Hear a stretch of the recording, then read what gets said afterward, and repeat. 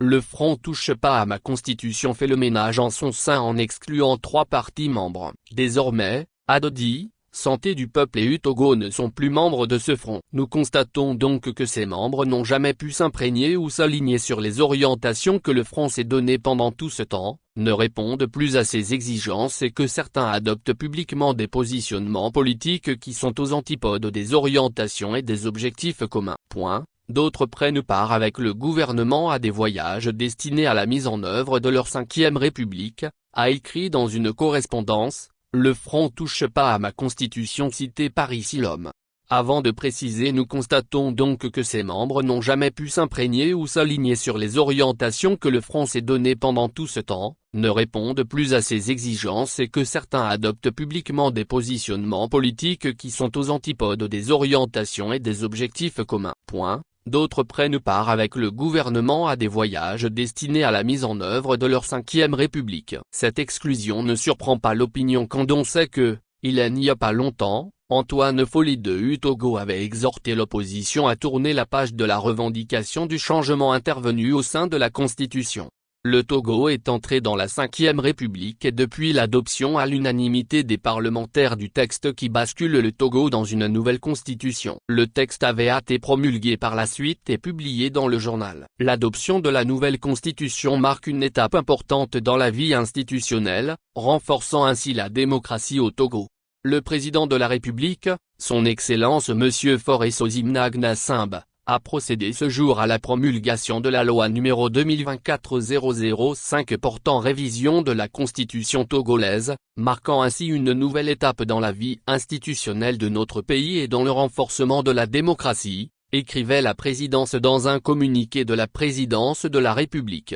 En excluant les 3 membres, touche pas à ma constitution parle de rigueur avec une ligne politique claire et cohérente face aux défis actuels du Togo.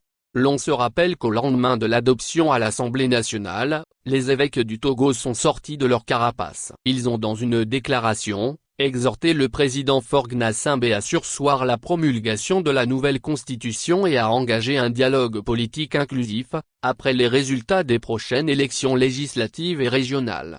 Après les hommes de Dieu, c'était le tour de 4 formations de monter au créneau. Il s'agit de l'ADODI, de l'AN, des FDR, du PSR et le F7D. Ces acteurs demandaient à Faure Gnassingbe qu'il peut encore arrêter cette entreprise funeste pour épargner le pays d'une nouvelle crise aux conséquences imprévisibles sur les plans social, économique et humain. Il l'exhorte vivement à le faire. La nouvelle République met le Parlement, Assemblée nationale et Sénat, au cœur des institutions. Ce sont les élus de ces chambres qui vont élire le président du Conseil, le chef de l'exécutif, et le président de la République. Le président du Conseil a la réalité du pouvoir. C'est lui qui va conduire la politique du pays. Il est le chef du gouvernement. Il est responsable devant le Parlement qui peut lui demander des comptes à tout moment. Le président de la République est désormais dans une position de garant de l'unité nationale, d'autorité morale et de référent de l'ensemble des acteurs.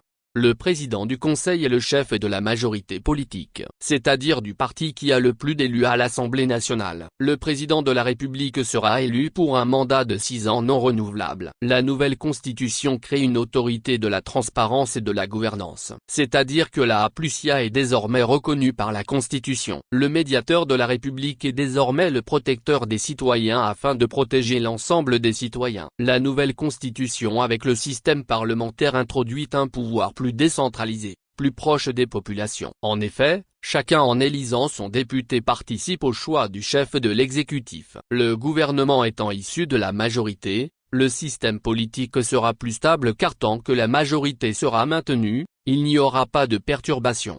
La reddition des comptes est fortement renforcée car désormais les parlementaires ont plus de pouvoir de contrôle. Ils peuvent exercer un rôle d'audition et de questionnement de l'action du gouvernement et convoquer le président du Conseil pour qu'il vienne s'expliquer devant eux.